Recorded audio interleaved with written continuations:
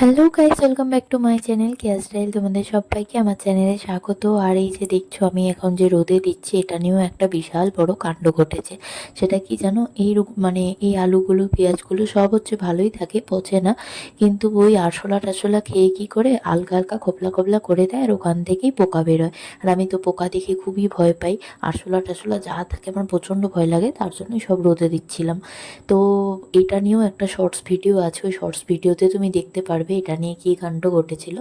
তো চলে আসলাম রোদে দিয়ে তারপরে চলে আসলাম আমি ঘরে এসে ডুকুর খাবার বানাচ্ছি। খাবার বানাতে বানাতে দেখলাম যে চিনি শেষ হয়ে গেছে, আর আমি এরকম বড় ডাব্বাতে একটা চিনি রাখি, ওটা ডিপ ফ্রিজে রেখে দিই, কারণ পিঁপড়া ধরে যায়, লাল পিঁপড়া, আর বর্ষার টাইম চারিদিকে শুধু লাল পিঁপড়ার উৎপাত। তো আর একটা হচ্ছে ছোট ডাব্বা রাখি, ওটা হাতের কাছেই রাখি, কাজকর্ম যখন করি রান্নাঘরে তখন যাতে মানে তাড়াতাড়ি পেয়ে যাই। তো চিনিটা ঢেলে নিই, এবার ডুকুর খাবারটা আমি তাড়াতাড়ি তৈরি করে নিচ্ছি, ও একটু পরেই খাবে, তারপরে ভাত খাবে, তারপরে ঘুমিয়ে পড়বে। তো আজকে হচ্ছে অনেক মানে সকালবেলা উঠেছি, তো উঠে আর ইচ্ছা করছিল না আজকে কাজকর্ম করতে। মনে হচ্ছিলো যে আজকে রান্না করব না, সিদ্ধ ভাত করবো। তো দেখো প্রতিদিনই সকালে উঠলে আমার এই রান্নারই ঝামেলা লাগে, মানে কি রান্না করবো না, কিন্তু করতে কিন্তু আমাকে সবই হয়। আজকেও যেরকম অনেক কিছু রান্না করেছি, ভ্লগে তোমরা নেক্সট ব্লগে, এটাতে আপডেট দিব না, নেক্সট ব্লগে দেখতে পারবে, ওটা দিয়ে আর একটা ব্লগ আমি বানাচ্ছি। তো রান্না টান্না হয়ে গেছে, জাস্ট একটু রেস্ট করছিলাম, অনিমেষ কেবলই খেয়ে বেরিয়ে গেল। তো এখন অনেক কাজ পড়ে আছে, তো একটু রেস্ট করে তারপরে হালকা হালকা করে কাজগুলো করে নেব, নাহলে ভালো লাগে না তাড়াহুড়া করে এত কাজ করতে। তো কালকে অনেক কাপড় জমেছিল জানো, মানে শুকিয়ে গেছিলো, ওগুলো আর গোছানো হয়নি, আর ইচ্ছা করছিল না গোছাতে কালকে রাত্রে। তাই আজকে সকালে সব কাপড়গুলো ভাঁজ করে নিচ্ছি। আর রোদ, মানে এই এই টাইমটা কি বলতো, মানে অল্প অল্প রোদ থাকে, বেশি বৃষ্টি হয়, তো তার জন্য কাপড় জামাতেও কিরকম জানি গন্ধ একটা হয়ে যায় না। তো সব কিছু গুছিয়ে টুছিয়ে নিলাম, আর ডুকুর কোলবালিশের ওষারটাও নোংরা হয়ে গেছিলো, তো ওটাও কেচে নিয়ে পরিয়ে দিচ্ছি এখন। আর আমি টাইম দেখছি, কারণ ডুকুরটা ঘুমের টাইম হয়ে যাচ্ছিলো তার জন্য। আর ওকে আমি একদম মানে টাইম টু টাইমই ঘুমাই, ঘুম পাড়াই, খাওয়াই। তো তার জন্য ওরও মানে টাইম যখন হয়ে যায় তখন ও নিজে নিজে তোমার বলতে থাকে মাম্মাম ঘুমো পেয়েছে, ছোটোর থেকে যেহেতু অভ্যাসটা হয়ে গেছে ওর, তার জন্য আমার আর এখন টেনশন হয় না। একটু ঘুমের দেরি হলেও ও নিজের থেকে বলতে থাকে। তো কালকে দেখো অনেক কাপড় কেচেছি বলে আজকে কাপড় ভাঁজ করা শেষই হচ্ছে না।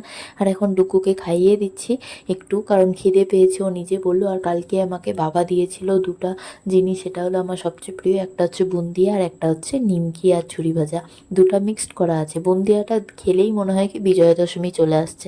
কালকে বাবাকে জাস্ট বলেছিলাম যে কবে থেকে বুন্দিয়া খাই না, ইচ্ছা করছিল নিমকি দিয়ে বুন্দিয়া খেতে। তো বাবা বিকালে নিয়ে চলে এসছে, তো দিয়েও দিয়েছে, বললো যে যখন বাড়িতে বসে থাকবি একা একা, তো তখন খাবি, ভালো লাগবে। তার জন্য আমি সব ভরে রাখছিলাম, আর বেশি ভরি নাই, কারণ হচ্ছে তোমার যদি নষ্ট হয়ে যায়, সেতে যায়, তার জন্য অল্প টিফিন কারিতে ভরে বাইরে রেখেছি, আর বেশিরভাগই হচ্ছে তোমার আলাদা কৌটায় ভরে রেখেছি। আর বুন্দিয়া তো তোমার বাইরে রাখা যাবেই না, কারণ যা লাল পিঁপড়ার উৎপাত, চারিদিকে শুধু লাল পিঁপড়া দেখা যাচ্ছে। তো তার জন্য এখন সব কিছু ভরে টরে রেখে দিয়েছি। আর এবার হচ্ছে বুনু জেদ করছে যে বৌমনি তোমার হাতের পেয়ারা মাখা খাবো। তো ওটাই পেয়ারা মাখা কাটছিলাম। আর এদিকে ডুকু দেখো বুন্দিয়া নিয়ে বসে পড়েছে, মিষ্টি মিষ্টি টাইপের, তো ওরও খুব ভালো লাগে। তো আমরা পেয়ারা মাখা খাচ্ছি, আর বুনু আর আমি গল্প করছি। বুনুকে বললাম আয় ভিডিওর সামনে, বললো না আমার শুধু পাটা দেখা গেলেই হবে, তো আমাকে ভিডিওর মধ্যে নিও না, তুমি নিজে নিজে থাকো তাহলেই হবে। ওর মুখ ভালো নয়, মানে মুখে কোনো মেকআপ নেই, এই নেই, যে আমিও তো মেকআপ করিনি, জাস্ট যেরকম আছি সেরকমই যদি তুই ভিডিও দিস লোকে সেটাই ভালোবাসবে। তো একটু মানে লজ্জা পায়, যাই হোক, যদি কারোর ইচ্ছা না করে তাকে জোরজবস্তি করা কখনোই ঠিক না। তো আমি আর বুনু গল্প করছি, নানান ধরনের গল্প, কলেজে কি করছে, কলেজে কি হচ্ছে, কোন সাবজেক্ট পড়া হচ্ছে, স্যার পড়ায় না মিস পড়ায়, এগুলো নিয়ে আলোচনা করা হচ্ছে।